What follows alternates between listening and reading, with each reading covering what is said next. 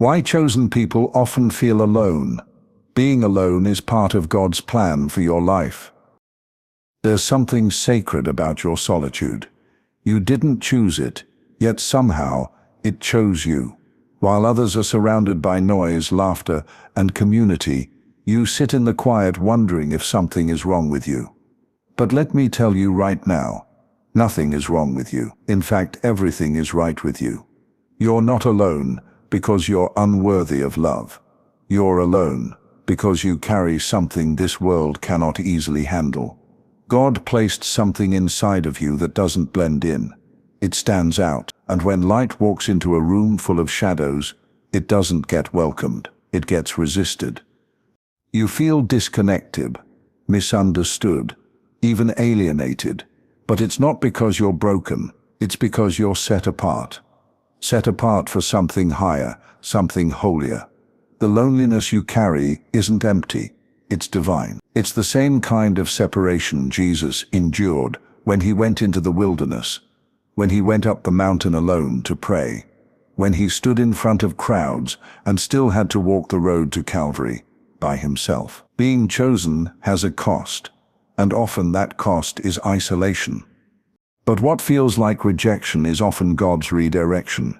He removes what distracts so he can refine what's destined. And today I want to talk to the ones who feel like outcasts in a world they never fit into.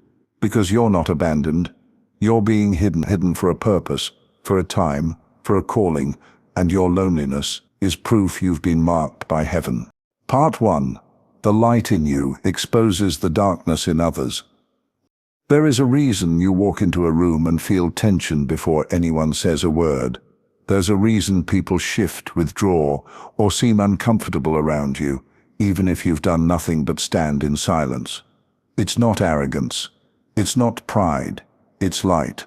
Pure, undeniable, unfiltered light. And light doesn't need to speak to make itself known. It simply is, and in being what it is, it reveals everything that is not like it. When God has placed his hand on you, when his spirit lives in you, you don't have to try to expose anything. Your presence alone begins to pull the veil off the hidden places in people. Those who have grown comfortable in darkness will see you and feel uneasy, not because you're judging them, but because your life becomes a mirror. And the truth is, most people don't want to look into a mirror that shows them what they've been trying to avoid.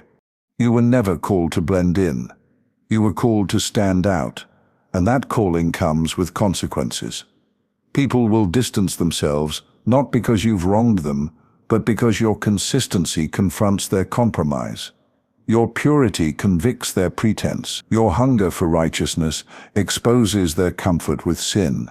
This is the silent battle the chosen endure, the ache of being misjudged simply for existing in truth. Jesus said in John 3:19, "Light has come into the world, but people love darkness instead of light because their deeds were evil." Don't miss that.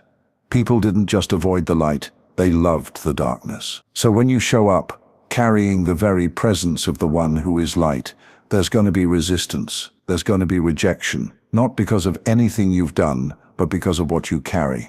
This is why friendships fall apart without explanation. This is why relationships start strong and end suddenly. It's not always betrayal. Sometimes it's spiritual incompatibility. When people don't want to confront what's inside them, they'll run from those who carry the light that exposes it. And so the chosen find themselves alone, not because they're unworthy of love, but because they carry something holy in a world that's still in love with the unholy. It hurts, yes, but it's also holy. You are not rejected. You are revealing. And until people are ready to face what the light reveals, they will keep their distance. Don't shrink your light to be accepted. Don't dim your fire to be liked. Let your light shine, even if it means shining alone, because you were never meant to be liked by everyone. You were meant to be obedient to the one who chose you. Part 2. Your spirit operates on a higher frequency. There's a reason you feel out of place, even among people who claim to love you. It's because your spirit is tuned to a frequency most cannot hear. While others chase comfort, You crave truth. While some are satisfied with shallow talk and surface living, you long for depth, for purpose, for divine alignment. You move differently, not because you're trying to be different, but because your soul has been awakened to something eternal. And once your spirit has been quickened by God, you can't go back to fitting into places that feel spiritually dead. This is the unspoken frustration of the chosen. You try to engage, try to connect, try to explain what's stirring inside you, but they don't get it. They look at you like you're too intense, too serious, too deep. But the truth is, you're not too much. You're just on a different frequency. You see things they don't see. You hear what they've learned to ignore, and your discernment makes their indifference uncomfortable. Amos 3:3 says, "Can two walk together unless they are agreed?" That's not just about opinions, that's about alignment. Spiritual alignment. Energetic agreement. When someone's heart and yours don't move in the same direction, the connection won't last. And the deeper you grow in God, the more selective your spirit becomes. Your soul starts to reject what your mouth used to entertain. You no longer have the tolerance for double-minded conversations, for relationships that drain you more than they feed you.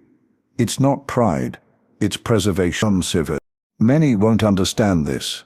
They'll call you distant, cold, isolated, but they don't know the cost of carrying what you carry. They don't know how heavy the oil is on your life. They don't know that when you're chosen, your connections can't just be convenient. They have to be consecrated, because who you walk with determines how far you go. And God loves you too much to let you stay tied to people who sabotage your spiritual frequency. Sometimes the loneliness isn't because there's something wrong with others.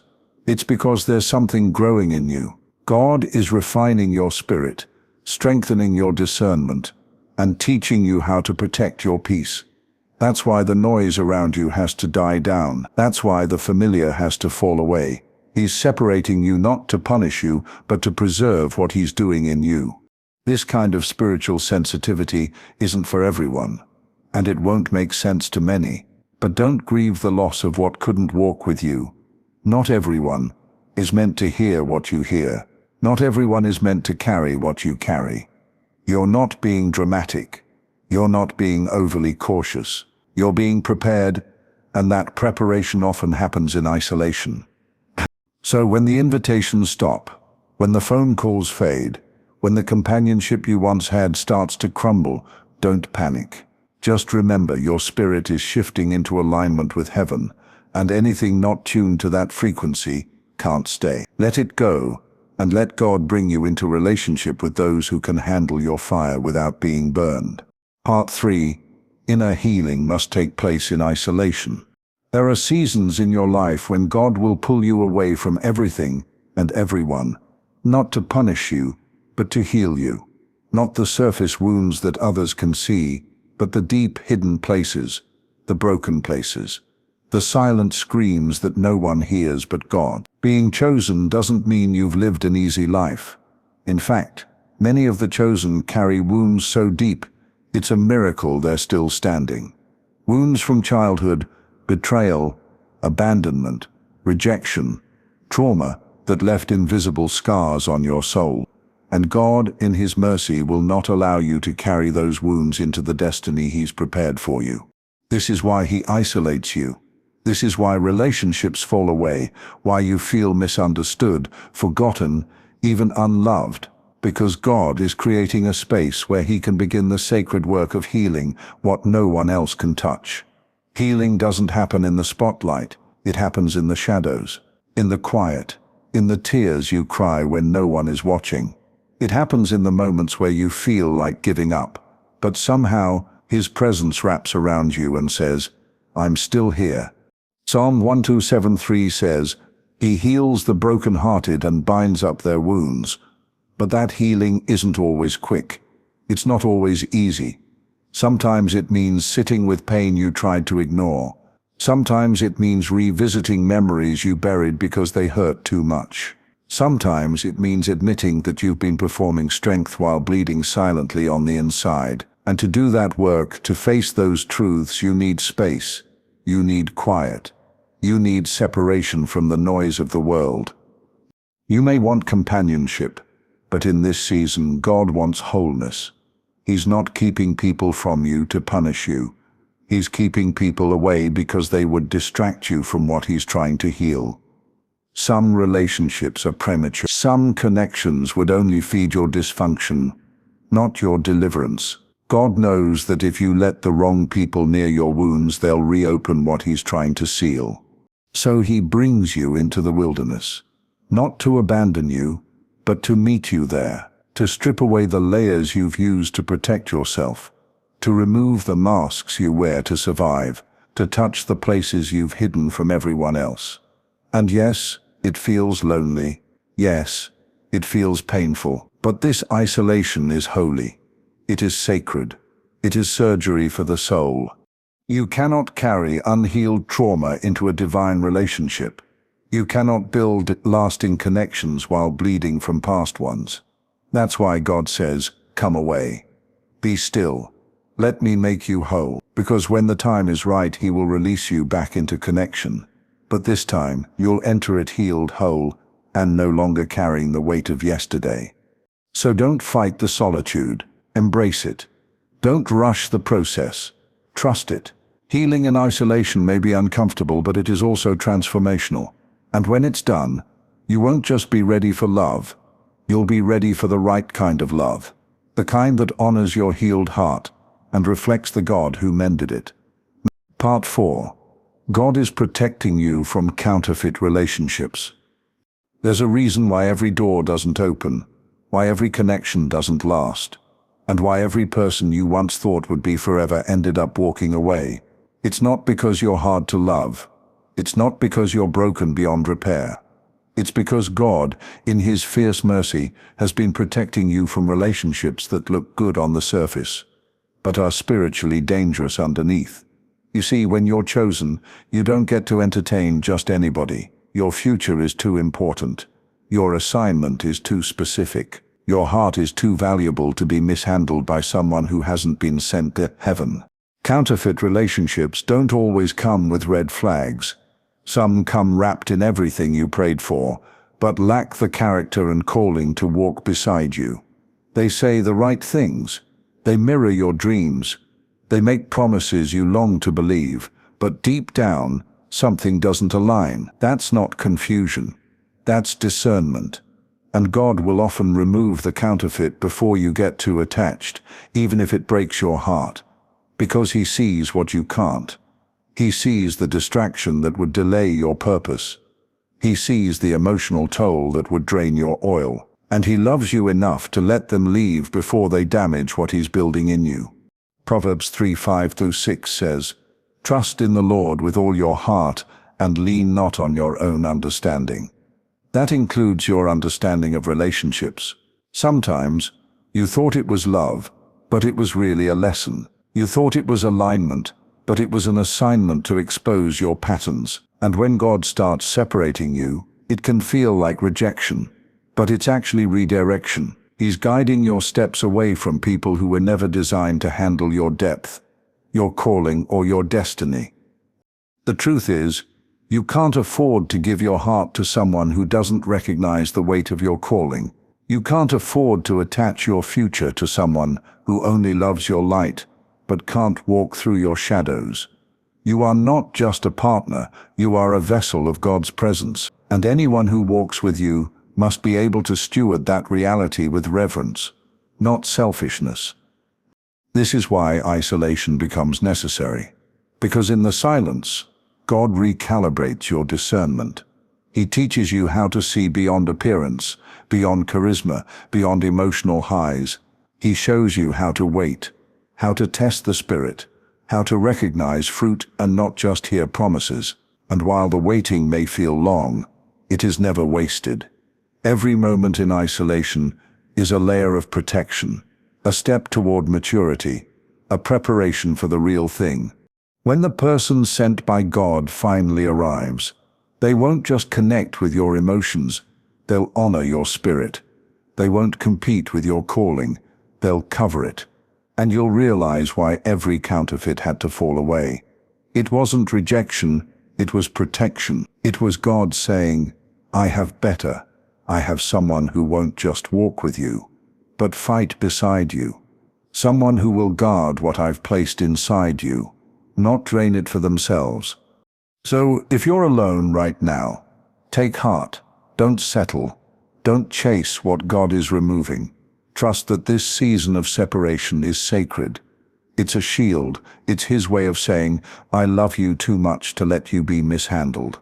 And when the right person comes, you won't have to question it. You'll know. Because what is sent by God brings peace, not confusion, clarity, not chaos, purpose, not distraction. Until then, let the solitude do its holy work. Let it protect what's priceless, you. Part 5. Your purpose requires full focus and spiritual maturity. There are things God has called you to do that cannot be accomplished in distraction.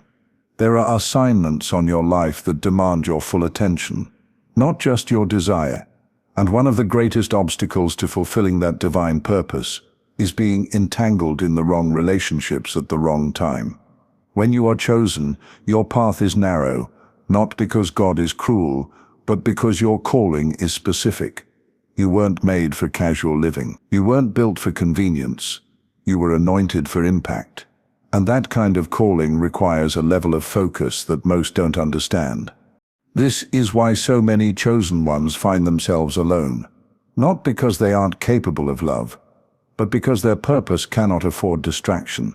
There are people, even good people, who will unknowingly dilute your focus. They'll love you in a way that keeps you emotionally busy, but spiritually stagnant. They'll pull your attention away from the place God is trying to grow you. And if you're not careful, you'll trade purpose for comfort, calling for company. Jesus understood this. Even in His ministry, He often withdrew to solitary places to pray. He loved people, healed people, dined with people.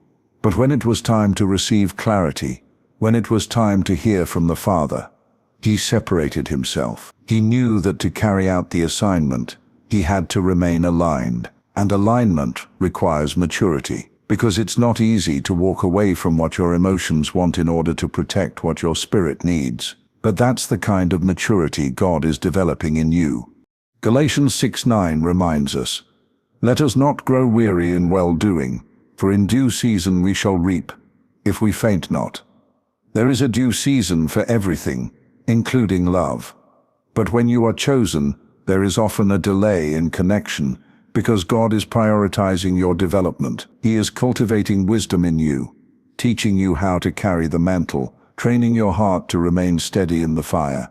And that kind of preparation can't happen in constant companionship. It requires moments of stillness, seasons of solitude, and a heart fully surrendered to the process. There are things you need to build, books you need to write, prayers you need to pray, battles you need to win.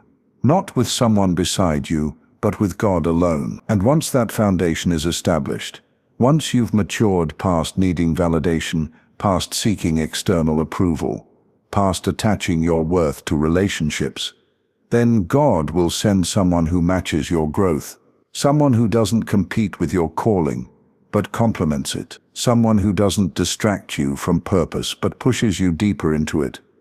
So if you're feeling the weight of isolation, if you're wondering why nothing is working relationally, maybe it's because God is pulling your gaze upward.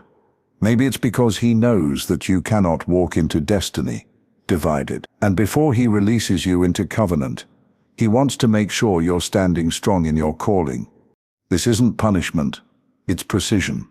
God is sharpening you, refining you, stretching you so that when you step into what He has prepared, you'll be ready.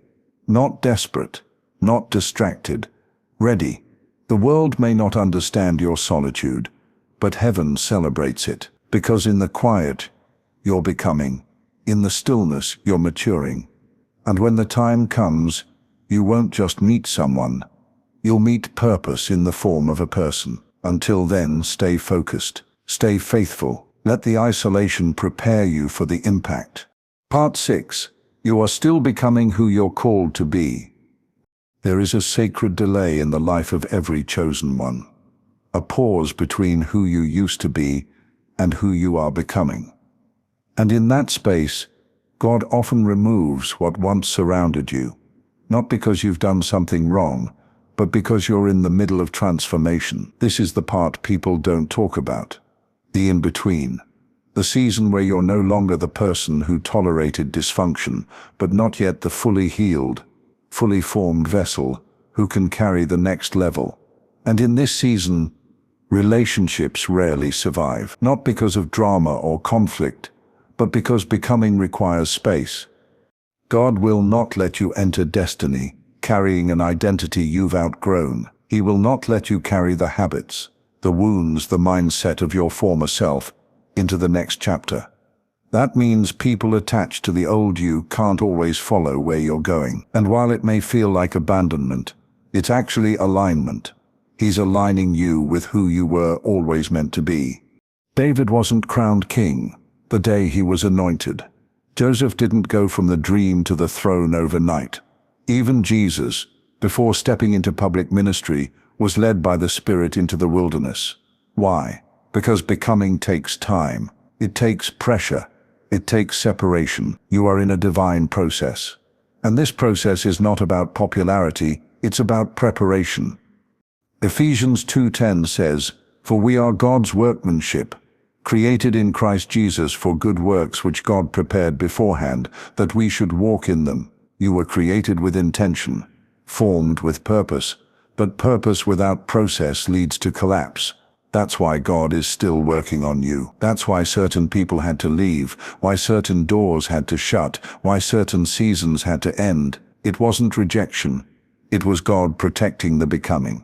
You're learning how to manage your emotions, how to heal from past pain, how to walk in spiritual authority. And all of that takes space, intimacy with God, silence, surrender. If He gave you everything now, you wouldn't be ready to handle it. If He sent the right relationship too soon, you'd mishandle it, because you're still being shaped. So He waits, not because He's withholding, but because He's wise. The becoming season is lonely. Yes, it's confusing, it's full of questions, but it's also holy, because God is molding you in the hidden place, teaching you discipline, building your confidence, not in people but in Him. And when the work is complete, when your identity is firm, your heart is healed, your spirit is anchored, then what is for you will find you. Not a moment too soon, and not a moment too late. So don't curse the in-between. Don't despise the isolation. This is the sacred space where destiny is formed. This is where oil is pressed, where strength is born, where the weight of your calling is being matched with the character to carry it. You are not forgotten. You are not stuck. You are still becoming. And when you step into who you were created to be, everything that is meant for you will be drawn to that version of you. Not the old you people miss, but the real you. Heaven is revealing. Part 7. You were never meant to fit in. There's a quiet pain that comes with always feeling like the outsider. You show up, you smile, you serve, but deep down, you know you don't belong. Not because you're bitter or unwilling to connect, but because your spirit was wired differently. You've tried to blend in, you've tried to adjust, to soften your light, to lower your voice, to meet people at their comfort level. But no matter what you do, something still sets you apart. That something is your calling. You were never designed to fit into a world you were sent to change. You're not here to be accepted. You're here to be appointed. Chosen ones carry the kind of presence that makes others uncomfortable, not because of anything they say, but because of who they are. It's not pride, it's not superiority. It's simply that when you carry truth, those who are not ready for truth will resist you. They'll misunderstand your motives. They'll distance themselves from your depth. They'll label your discernment as judgment, your conviction as control, your silence as arrogance. But the truth is, they just don't know what to do with someone who doesn't bend to the patterns of the world. Romans 12:2 says, "Do not conform to the pattern of this world, but be transformed by the renewing of your mind. That transformation sets you apart. That renewing pulls you out of old circles. That obedience disconnects you from the mainstream. You're not trying to isolate yourself. You're simply trying to stay aligned with God. And alignment always costs acceptance. The deeper you go in your walk with God, the more you'll see how rare true alignment is. The jokes don't land the same. The conversations feel empty. The gatherings start to feel like noise. And it's not because you've become cold, it's because your soul is craving substance. You want relationships that are rooted in purpose, not performance. You want to be seen beyond the surface. You want to speak freely without shrinking. And until you find those kinds of connections, you'll always feel out of place around the wrong ones. But let this bring you peace. You're not the first to walk this path. The prophets were lonely. Jesus himself was rejected. Paul was misunderstood. Those who are marked by God are often moved away from the crowd because fitting in would require you to compromise the very thing that makes you chosen, and God will never let you trade your identity for acceptance. So, stop trying to force connections that can't handle your truth. Stop watering yourself down to be digestible. Stop shrinking to make others comfortable. You were never meant to fit in. You were meant to be set apart. And when God sets you apart, He will also surround you with those who can handle your difference. People who don't just tolerate your calling, but honor it. People who speak your language, who see your value, who walk the same narrow path. Until then, trust the tension, trust the loneliness. Trust that this season of feeling disconnected is not a curse, it's a confirmation. You are different, because you were destined, and though the world may not understand you, heaven does. And that is enough. Conclusion. If you've listened this far, then deep down, you know this message was for you. Not just for your ears, but for your spirit. Because this isn't just about loneliness, it's about identity. It's about purpose. It's about the unseen hand of God shaping you in the dark, protecting you from what you thought you wanted, and preserving you for what He knows you need. You are not alone by accident. You are not single because you are flawed. You are not disconnected because you are unlovable. You are alone because you are becoming. God chooses the wilderness for those He plans to use. He hides His vessels before He reveals them. He pulls His prophets into caves before they stand before kings. You may be weeping in this season, but make no mistake, He is working. He is stretching you, separating you, refining you. And one day you'll look back and thank Him for every unanswered prayer, every closed door, every friendship that ended, and every lonely night that pushed you closer to Him. Because what felt like isolation was actually insulation. God was wrapping you in His presence, pulling you away from noise so you could hear His voice. He was teaching you how to rely on Him, how to walk without needing to be seen, how to carry the weight of your calling without the crutch of constant company. And when He's finished, when the healing is done, when the oil has been pressed, when your identity is rooted in Him alone, He will bring the right people, the right partner, the right alignment. Until then, stand firm, stay faithful. Don't resent the silence. Don't curse the stillness. It is in the quiet that God does His deepest work. It is in the solitude that strength is born. And though this path is narrow, it leads to glory. Though it is lonely, it is holy. You are chosen, and chosen people are never truly alone. They are simply set apart for something sacred. Let this be your confirmation. You're not behind. You're not forgotten. You're right where He wants you. And what's coming will make every lonely season worth it. Trust Him. He's not finished with you yet.